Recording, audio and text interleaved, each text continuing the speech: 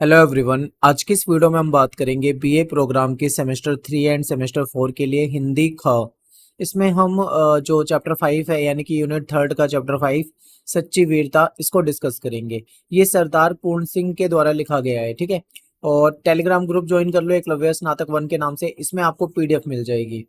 मेरा नाम सतेंद्र प्रताप है और अगर आपको कुछ पूछना हो तो आप मुझे मैसेज कर सकते हैं इंस्टाग्राम पे एकलव्य स्टडी पॉइंट, ये मेरा यूजर नेम है। निबंध है ये और सरदार पूर्ण सिंह के द्वारा लिखा गया निबंध है। इसको डिटेल में समझेंगे। देखिए, इसमें सरदार पूर्ण सिंह जो है उन्होंने सच्चा वीर बताया, यानी जो सच्चे वीर होते हैं ना, उन सच्चे वीर की क्या विशेषता होती है, यानी उनके क्या गुण होते हैं, उसको बताया गया है। यहाँ पे इन्होंने सच्चे वीर को दो कैटेगरी में बांटा हुआ है, यानी जो इनके अकॉर्डिंग सच्चे जो इन्होंने वीर जो है ना, इनके अकॉर्डिंग वीर जो होते हैं वो दो तरह के होते हैं। एक को ये सच्चा वीर बोलते हैं, दूसरे को ये दिखावटी वीर बोलते हैं, ठीक है। सच्चा वीर कौन है? जो कभी भी फेम नहीं चाहता, यानी कि जो प्रसिद्ध होना नहीं चाहता, ठीक है। जो दिखावे के लिए वीरता नहीं करता और जो दिखावे वाला वीर नहीं होता, उसके अंदर से ये चीजें होती है और वो देश के लिए, अपने कर्तव्य के लिए अपने प्राण तक दे देता है। वो डरता नहीं है कभी भी किसी से। दूसरी तरफ उन्होंने उस वीर की बात करी है जो ड्राइंग रूम वीर होते हैं। ड्राइंग रूम वीर मतलब अपने ड्राइंग रूम में बैठ के कोई किताब पढ़ के वीर बन जाएंगे, या वीरों की चीजें पढ़ेंगे तो उससे वीर बन जाएंगे, ऐसे वाले वीर। दूसरे वो वीर होते हैं इनके अकॉर्डिंग जो अखबारी वीर होते हैं, यानी कि जिनका जरा सा नाम अखबार में क्या छप जाए वो अपने आप को बहुत बड़ा समझने लग जाते हैं, ठीक है। और बहुत ज्यादा वो उसके गुणगान करने लग जाते हैं, उनको घमंड हो जाता है। इस तरीके के वीर, यानी दो तरह के वीर इन्होंने बताए और बहुत सारे एग्जाम्पल दिए हैं, ठीक है। इसमें ईसा मसीह का एग्जाम्पल है, रणजीत सिंह का एग्जाम्पल है, लूथर का एग्जाम्पल है, ठीक है। बहुतों के एग्जाम्पल, इसमें बुद्ध का एग्जाम्पल है। तो आगे हम इन सबको देखने वाले हैं। तो आई होप आपको यहाँ पे बेसिक समझ में आ गया होगा। अब लाइन टू लाइन समझते हैं। देखिए, सरदार जी कहते हैं कि सच्चा वीर पुरुष जो होता है वो आजाद विचारों का होता है, यानी कि उसके जो विचार होते हैं वो मुक्त होते हैं, ठीक है। उसका जो नेचर होता है, जो स्वभाव होता है वो शांत होता है और गंभीर होते हैं ये व्यक्ति। ये हंसी मजाक टाइप वाले लोग और खिलखिली टाइप वाले लोग नहीं होते। ये गंभीर होते हैं और शांत होते हैं। ये सदैव अपने ख्यालों की दुनिया में रहते हैं, लेकिन जब ये जागते हैं ना तो पूरी दुनिया में हलचल मचा देते हैं। ऐसे शेरों की आवाज जो है वो सदियों तक गूंजती रहती है। रामायण की बात करें तो रामायण में कुंभकर्ण ऐसा ही वीर है। ऐसे वीर पुरुष सदा सत्व गुण में निमन रहते हैं, ठीक है। हमेशा मतलब सत्व गुण में ही घुसे रहते हैं। और एग्जाम्पल यहाँ पे सबसे पहला एग्जाम्पल जो है वो है रामायण के कुंभकर्ण का। कुंभकर्ण को इन्होंने वीर कहा है, ठीक है। ऐसा वीर जो एक बार जगे तो पूरे संसार में हलचल मचा दे, ऐसा इन्होंने कहा है। आगे देखते हैं। सरदार जी कहते हैं कि ऐसे वीर पुरुषों का जीवन दूसरों के लिए होता है, यानी कि ये दूसरों के लिए अपनी लाइफ को जीते हैं। इसलिए इन वीरों का स्वागत जो है वो केवल मनुष्य नहीं बल्कि प्रकृति भी करती है, ईश्वर भी करते हैं। लेकिन कुछ लोग ऐसे होते हैं जो अज्ञानवश, यानी कि जिनको नॉलेज नहीं होती, जानकारी नहीं होती, वो अपनी भूल के कारण राजा को, या जो अमीर लोग होते हैं, ऐश्वर्यवान लोग होते हैं, उनको वीर पुरुष समझ लेते हैं, ठीक है। सरदार पूर्ण सिंह ऐसे लोगों को क्या बोलते हैं? डरपोक बोलते हैं। वो कहते हैं ऐसे लोग तो डरपोक होते हैं, वो कोई वीर नहीं होते। लेखक समझाते हैं कि एक बागी और बादशाह का उदाहरण इन्होंने दिया है। अब ये समझिए, बहुत अच्छा एग्जाम्पल है, यहाँ से आपको और अच्छे से समझ में आएगा। सरदार पूर्ण सिंह कहते हैं कि एक बागी होता है, ठीक है, जो बगावत कर देता है। तो बादशाह जो होता है उसको फांसी पर चढ़ाने की धमकी देता है कि मैं तुझे फांसी पे चढ़ा दूंगा। पर बागी जो होते हैं उसको फांसी पे चढ़ने से थोड़ी डर लगता है। वह जानता है कि बादशाह शरीर को कष्ट दे सकता है, ठीक है, उसको नहीं दे सकता। यानी कि बादशाह शरीर को कष्ट देगा, उसकी आत्मा को थोड़ी कष्ट दे देगा, उसके विचारों को थोड़ी बदल देगा। वो जो बागी है वो बागी है। ये है, जिस दिन व्यक्ति का शरीर का मोह छूट जाएगा, क्योंकि हम अपने शरीर के मोह में रहते हैं, हम डरते हैं कहीं मर ना जाए, मौत का डर रहता है ना सभी को। तो कहता है जिस दिन व्यक्ति शरीर का मोह छोड़ देगा तब बलवान राजा भी उसके सामने कुछ नहीं कर सकता। जबकि सच्चे वीर का जो स्थान होता है ना वो लोगों के दिलों में होता है, हृदय में। वह जन जन के हृदय पर हुकूमत करता है, इसलिए वो अमर हो जाता है। जो सच्चे वीर हो जाते होते हैं वो अमर हो जाते हैं। एग्जाम्पल के लिए भगत सिंह। आप सभी भगत सिंह को जानते हो। भगत सिंह ने क्या करा? हंसते हंसते फांसी के को गले लगा लिया, ठीक है, मौत को गले लगा लिया। लेकिन देश का नाम कभी उन्होंने झुकने नहीं दिया, देश के लिए उन्होंने काम करा, ठीक है।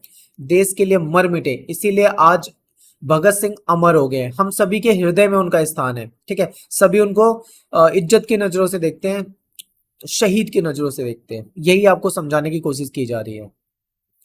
लेखक ने ऐसे कई वीर पुरुषों के एग्जाम्पल दे रखे हैं जिन्होंने कभी भी अपने प्राणों का की परवाह नहीं की।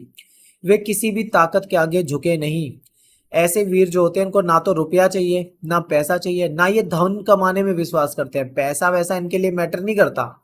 ये अपनी बात पर अडिग होते हैं और अपनी बात पे मर मिटने वाले होते हैं। ऐसे वीर अपनी बात की खातिर सूली पे भी चढ़ जाना पसंद करते हैं, ठीक है। जो इनके विचार हैं, जो इनके विचारधारा है, उसके प्रति अडिग रहते हैं और सूली पर भी चढ़ सकते हैं। एग्जाम्पल कुछ दे रखे हैं, जैसे कि भगवान शंकर का कपालिक को अपना सिर उतारने को कहना। अकबर के एग्जाम्पल दे रखा है, अकबर के दरबार में जो दो वीर पुरुष आए थे उनको तलवार की धार पे दौड़ाया गया, जिसकी वजह से वो मर गए, ठीक है, ढेर हो गए। फिर इसके बाद क्या है, बुद्ध का, बुद्ध ने एक मृग को बचाने के लिए राजा के सामने अपना शरीर पेश कर दिया था। तो इस तरीके से देखो, ये वीर पुरुष जो है इन्होंने कभी भी मरने से नहीं डरे, ये बल्कि हंसकर इन्होंने मौत को भी गले लगाने के लिए तैयार रहते थे। इन वीरों ने अवसर आते ही अपने शरीर का बलिदान कर दिया और हमेशा हमेशा के लिए लोगों के दिलों में अपना स्थान बनाकर ये लोग अमर हो गए। जबकि जो बलवान और तानाशाह बादशाह होते हैं इनको तो आज कोई भी नहीं जानता, ठीक है। वीर जो होते हैं अपने पीछे एक इतिहास छोड़ जाते हैं, इतिहास में उनको हजारों सालों तक, हजारों वर्षों तक हम उनको पढ़ते हैं, ठीक है। महाराणा प्रताप हो गए, शिवाजी हो गए, आप ऐसे वीरों को पढ़ते हो ना, आज इतने वर्षों के बाद भी वीर जो हैं वो वीर हैं, वो इतिहास छोड़ जाते हैं। जब ये आगे बढ़ते हैं ना तो संसार में हलचल मच जाती है। नदियां, पहाड़, समुद्र ही नहीं, एक बार स्वयं भगवान यानी जो भाग्य विधाता है वो भी हैरान होकर देखता जाता है। ऐसी ही एक अन्य वीर की कहानी है इसमें, जो कि जर्मनी के एक छोटे से गांव में एक गिरजा घर जो होता है, एक चर्च जो होते हैं, उसके पादरी थे। इनका नाम क्या था, लूथर। इन्होंने पूरा एक आंदोलन चला दिया था, किसके खिलाफ, पॉप के खिलाफ। पॉप जो होता था वो रोम की चर्च से रिलेटेड था और पूरे यूरोप में उनका बहुत दबदबा होता था, ठीक है, बहुत उनकी बातों को माना जाता था। और लूथर ने क्या करा, पॉप के को टक्कर दे दी, उसके आगे कभी झुका नहीं। पॉप ने जो पाखंड चला रखा था, जो अंधविश्वास फैलाया हुआ था, उसको चुनौती दे दी लूथर ने। तो ये एक क्या है, वीर है। आगे देखिए, एक और अच्छा एग्जांपल है आपके सामने रणजीत सिंह का। महाराजा रणजीत सिंह का उत्साह और जोश जो था वो तूफानी था। इन्होंने नदी पार कर दी थी, जो कि हमेशा ही स्मरणीय रहेगा। लगातार गोलियों की बरसात में फौज जब आलपस पहाड़ों को देखकर डर गई थी, ठहर गई थी, तो वीर ने केवल उत्साह भरे शब्दों में कहा कि एल्पस तो है ही नहीं। और ये सुनकर पूरी फौज जो थी वो जोश में आ गई और वो एक बार में अल्पस पर्वत जो था उस पर चढ़ गई। इसी तरह अच्छे उदात विचारों वाले एक भेड़ चराने वाली एक लड़की थी, उसने अपने पराक्रम के दम पे फ्रांस को पराजित होने से बचा लिया था। तो आप समझिए कि जो वीर होते हैं ना, सच्चे वीर, वो कौन होते हैं, आपको क्लियर समझ में आ रहा होगा। इन सभी उदाहरणों से आपको क्लियर हो गया होगा कि जो वीर लोग होते हैं वो वीरता पूर्वक कार्य महान बनने की इच्छा से नहीं करते, वे सत्य के राही होते हैं, ठीक है। वो कभी ये सोच के नहीं करते कि मैं महान बन जाऊंगा, मैं फेमस हो जाऊंगा इसलिए मैं ऐसा काम करूं, नहीं, बल्कि वो तो संसार के लिए जीते हैं, वो अपने सत्य के राही होते हैं। जैसे हमारे पेड़ होते हैं, पेड़ क्या करते हैं, अपना पूरा जीवन लोगों को छाया देने में बिता देते हैं, उसी तरीके से ये लोग भी वृक्षों की तरह अपना पूरा जीवन परोपकार में लगा देते हैं। सच्चा वीर जो होता है वो हमेशा महान बनने के में लगा रहता है, यार महान बनाने में लगा रहता है स्वयं को, ठीक है। अपने हर पल को महान, हाँ, मतलब वो चाहता है कि हर सेकंड उसका जो बीते वो महानता के लिए बीते, कुछ अच्छे काम के लिए बीते। वह अपने वीरता पूर्वक कार्यों की कभी गणना नहीं करता, कभी गिनता नहीं है, कभी एहसान नहीं गिनाता कि मैंने ये करा, मैंने वो करा, मैंने वो करा, बल्कि वीरता के क्षेत्र में वे आगे बढ़ता चला जाता है। वीरता के कई रूप होते हैं। कभी कभी तो वह उत्साह और जोश से भरे कारनामों में अपनी जान गंवाते दिखाई देते हैं, तो कभी कभी वो प्रेम के मैदान में भी दृढ़ता से दिखाई देते हैं आपको। कभी कभी क्या होता है, साहित्यकार के साहित्य में आपको वीरता दिखेगी, तो कभी संगीतकार के संगीत में आपको वीरता दिखेगी। कभी भगवान बुद्ध जैसे जो गूढ़ तत्व थे, वो दुनिया में जो रहस्य, गूढ़ तत्व का जो रहस्य खोजने निकले थे, उसमें आपको वीरता दिखाई देती है। तो वीरता जो है ना, एक प्रेरणा है, एक मोटिवेशन है, इसकी नकल नहीं की जा सकती, समझ रहे हो। जैसे भगत सिंह जो थे वो वीर थे। अब कोई उनकी वीरता की नकल नहीं कर सकता कि वो भी नकल करके वीर बन जाए, इसकी कभी भी नकल नहीं होती, ठीक है। ये एक प्रेरणा होती है, एक मोटिवेशन होती है जो अंदर से आती है। पुराणों में भी अगर आप पुराण पढ़ोगे तो उसमें भी अलग अलग अवतारों का जिक्र है। ये अवतार जो है ना, भगवान के अवतार, ये भी वीरता के ही उदाहरण है। वीरता जब किसी देश में प्रकट होती है ना, तो पूरी दुनिया के लोग उसके सामने नतमस्तक हो जाते हैं, अपना सिर झुकाते हैं श्रद्धा से। वीरता जो है केवल उत्साह में नहीं देखी जाती। आप ये मत सोचो कोई बहुत उत्साहित है तो वो वीर है, बल्कि वीरता हृदय की कोमलता में भी देखी जाती है, कि हृदय में कोमलता भी होनी चाहिए। बहुत अच्छा एग्जाम्पल आपके सामने दिया है इसके लिए। इन्होंने कहा है कि जो जापानी है, इनकी वीरता उत्साहपूर्वक ना होकर हृदय की कोमलता की वीरता है, क्योंकि जो जापानी लोग होते हैं वो बहुत ही हृदय के कोमल होते हैं, और जो मनुष्य और प्रकृति सभी को प्रभावित करते हैं। फिर इन्होंने एग्जांपल दिया चेरी के फूल का। कहते हैं कि चेरी के फूल जो है ना, वो बहुत अधिक कोमल होते हैं, आप छुओगे बिल्कुल सॉफ्ट होते हैं।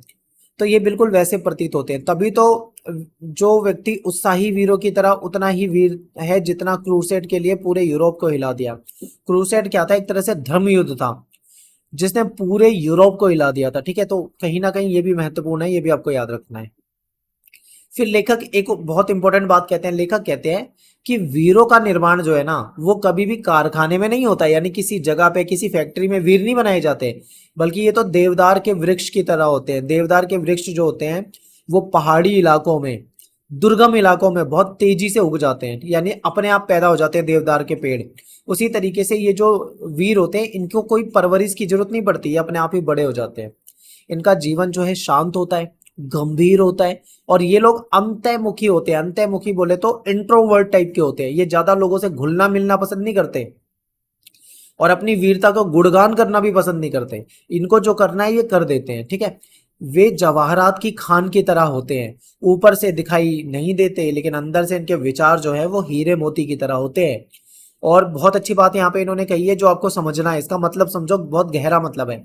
ये कहते हैं कि ये अपने कार्यों से जाने जाते हैं, तभी संसार के सामने आते हैं, अन्यथा गुमनाम रहते हैं। यानी कि जो वीर पुरुष होते हैं ना, वो कभी अपनी वीरता का प्रदर्शन नहीं करते गली गली घूम के। ये बिल्कुल शांत रहते हैं, छुपके रहते हैं, एकदम नॉर्मल इंसान की तरह। लेकिन जब संसार को इनकी जरूरत होती है तो ये खुलकर सामने आते हैं और अपनी वीरता वहां पे दिखाते हैं। यानी कि ये कहीं ना कहीं जो होता है ना आज के समय में, किसी को, वही अखबार वाला एग्जाम्पल, किसी का नाम अखबार में छप जाए तो वो दुनिया को अखबार दिखाता फिरेगा, तो वो ऐसी फीलिंग्स इनके अंदर नहीं होती, ऐसी भावनाएं नहीं होती। ये जब सामने आते हैं तो लोग इनसे प्रभावित होते हैं, तभी उनका दिल जो है सबका दिल बन जाता है। सब मतलब इनको पसंद करने लग जाते हैं। इनका मन, इनका बल, इनके विचार, इनके संकल्प केवल इनके नहीं रहते, बल्कि ये सबके बन जाते हैं, क्योंकि सभी लोग इनसे क्या होते हैं? प्रभावित हो जाते हैं। वे सबके हृदय में बस जाते हैं। और ऐसे सच्चे जो वीर होते हैं, इनका निवास कहाँ पे होता है? ये बहुत इंपॉर्टेंट है। ये गुदड़ियों में रहते हैं, गुफाओं में रहते हैं, झोपड़ियों में रहते हैं, ठीक है। ये ऐसे नहीं है कि ये महलों में रहते हो और लग्जरी में रहते हो, नहीं, ये बहुत साधारण सी जगह में रहते हैं। साधारण सी जगह में रहने वाला व्यक्ति भी वीरता से भरपूर हो सकता है। इनकी वीरता दिखावटी नहीं होती, ठीक है, और ये आत्म प्रशंसा करने और सुनने के वाले नहीं होते। यानी कि इनको अपनी प्रशंसा नहीं करवानी, कि अपनी तारीफें करवानी हो दूसरों से, ऐसे लोग नहीं होते ये, ठीक है। फिर इन्होंने बहुत अच्छा उदाहरण दिया, आपको पता होना चाहिए। ये कहते हैं कि दूसरी तरह के भी वीर हैं जिसको ड्राइंग रूम वीर कहा है। ये सच्चे वीरों से बिल्कुल अलग है। अब आपके दिमाग में आएगा, भाई ये ड्राइंग रूम वीर कौन से होते हैं? तो ये पुस्तक, अखबार और विद्वानों के लेख और व्याख्यान के माध्यम से ही वीर होना चाहते हैं। ये बस एक जगह बैठे रहेंगे और जैसे झांसी की रानी वाली किताबें पढ़ते रहेंगे और ये पढ़कर ही वीर बन जाएंगे। ये जमीन पे नहीं उतरेंगे कभी भी, ऐसे वीर। ये ढोंगी टाइप के वीर होते हैं, ठीक है। इसको लेखक ने क्या कहा है? ढोंगी वीर कहा है इनको। और ये दूसरों से अपनी प्रशंसा सुनना चाहते हैं, इनको अच्छा लगता है। तो वो होता है ना कि कुछ लोग जैसे जरा सी कोई उपलब्धि मिल गई तो दुनिया को अपनी उपलब्धि अपने हाथों से दिखाने, देखो देखो मैंने ये करा, मुझे ये मिला, मुझे ये अवार्ड मिला, मुझे वो अवार्ड मिला। तो और लोग उनकी तारीफ करते रहे, वाह तू तो बहुत चमत्कारी आदमी है, तूने तो भाई इतना बढ़िया काम कर दिया। तो इस तरीके के जो लोग हैं ना, इसको जो लेखक है वो ढोंगी कह रहा है। कहता है जो सच्चा वीर होता है ना, वो अपनी प्रशंसा सुनने के लिए कोई काम ही नहीं करेगा, वो दिखावा नहीं करेगा, वो दिखावटी रूप से वीर नहीं बनेगा। फिर आगे क्या कहते हैं कि वो दुनिया में अपना नाम करना चाहते हैं। ऐसे लोग जीवन को अनमोल, ठीक है, जो दिखावटी वीर होते हैं, जो ढोंगी होते हैं, वो दुनिया में अपना नाम करना चाहते हैं कि दुनिया में उनका नाम हो जाए। ऐसे लोग जीवन को अनमोल समझकर आगे बढ़कर पीछे इसलिए हट जाते हैं। देखिए ये लोग जीवन को अनमोल समझते हैं, कभी मान लो करने मरने की स्थिति आई तो ये मरने से बचेंगे, ये पीछे हट जाएंगे। क्यों? क्योंकि इनको पता है जीवन बचा रहेगा तो आगे और भी कुछ कर लेंगे। लेकिन जो सच्चा वीर होगा ना, वो ऐसा नहीं होता, वो नहीं सोचता बिल्कुल भी। ठीक है, इसीलिए इन्होंने क्या बोला है कि ये जो वीर है ये कायर हैं, ये डरपोक होते हैं। सच्चा वीर कभी ऐसे नहीं करता। सच्चा वीर तो बंदूक की गोली की तरह अपने जीवन का एक बार प्रयोग करता है। जैसे बंदूक की कोई गोली है, उसका प्रयोग केवल एक बार होता है, केवल एक बार। ठीक है, बंदूक की गोली का प्रयोग कितनी बार होगा? केवल एक बार होगा। और ऐसे ही अपने जीवन का प्रयोग करते हैं सच्चे वीर। लेकिन जो ढोंगी वीर होते हैं वो मरने से डरेंगे। ठीक है, वो अपने जीवन को बाद के लिए बचाते रहेंगे। और फिर एक बहुत अच्छा उदाहरण दे रखा है, कहते हैं ना, आपने सुना है ना, भौंकने वाले काटते नहीं, कई बार आपने सुना होगा। तो उसी ऐसा ही कुछ एग्जांपल दे रखा है। इन्होंने बोला ड्राइंग रूम वीर जो है वो गरजने वाले बादल हैं, जो सच्चे वीर हैं वो बरसने वाले बादल हैं।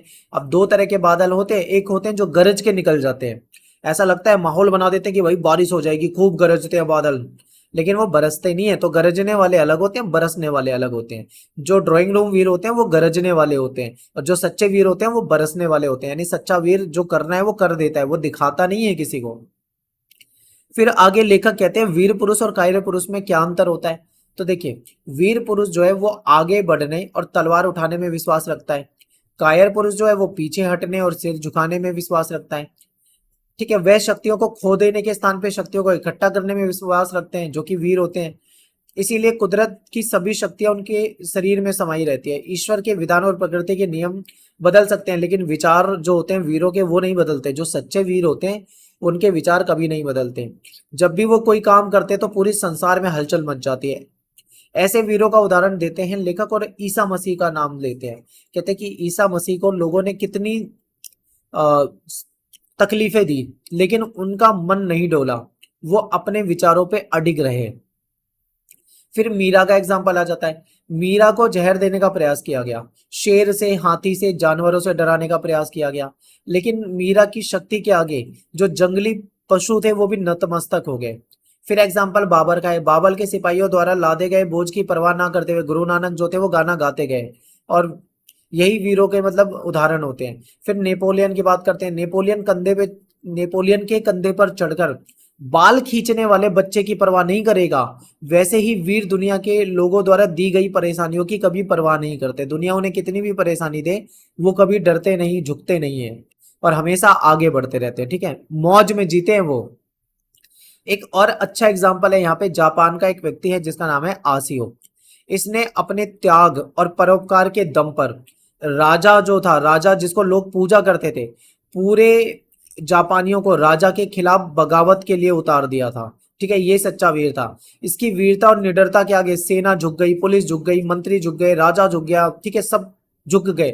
राजा ने मजबूर होके अपना अन्न का भंडार जो था वो जनता के लिए खोल दिया था। इसकी सच्चाई, ईमानदारी और आत्मविश्वास के आगे दुनिया में कोई नहीं ठहर पाया।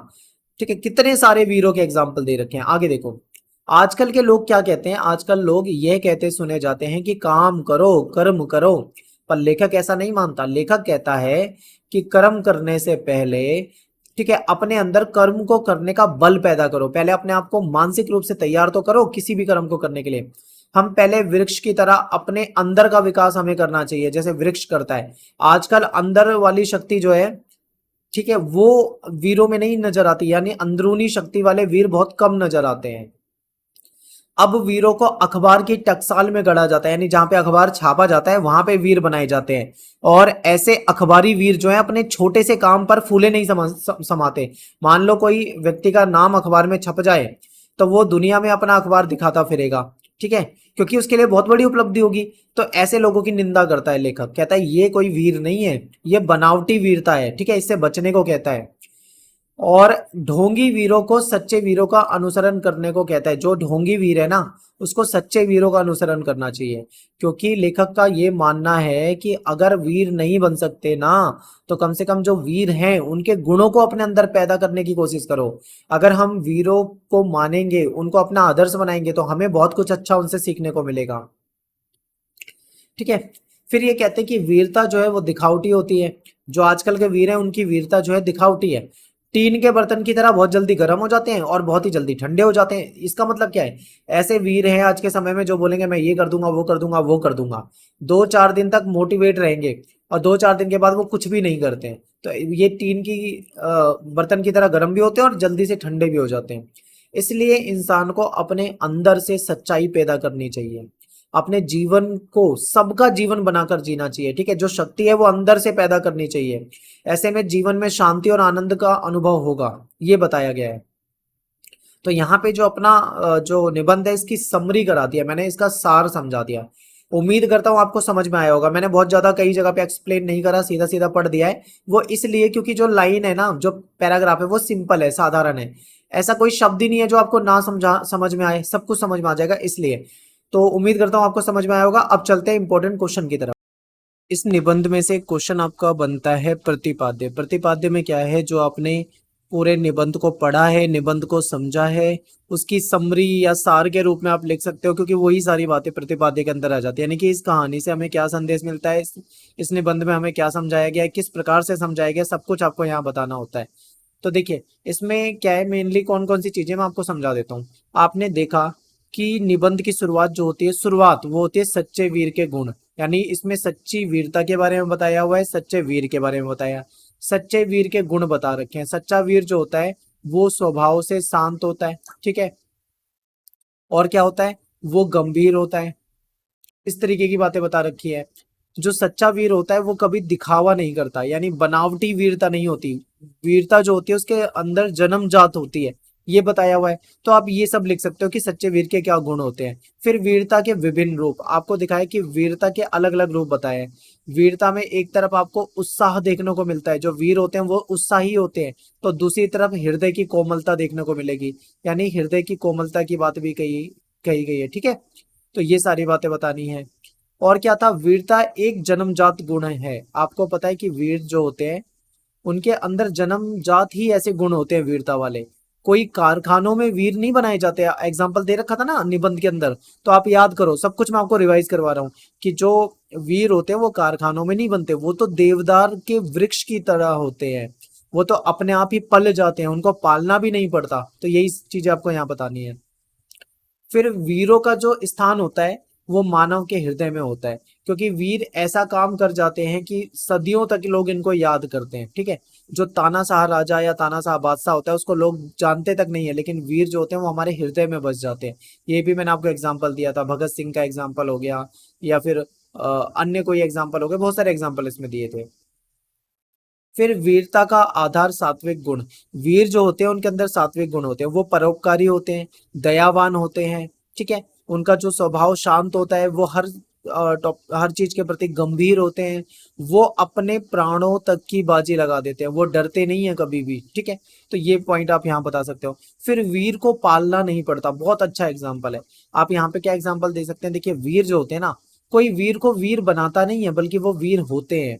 और वीर को पालना नहीं पड़ता। जैसे देवदार के पेड़ जो होते हैं वो कठोर जलवायु में, कठोर परिस्थिति में अपने आप उग जाते हैं और अपने आप बड़े हो जाते हैं। ऐसे ही वीर होते हैं, उनको कभी पालना नहीं पड़ता किसी को, ये अपने आप ही पल जाते हैं।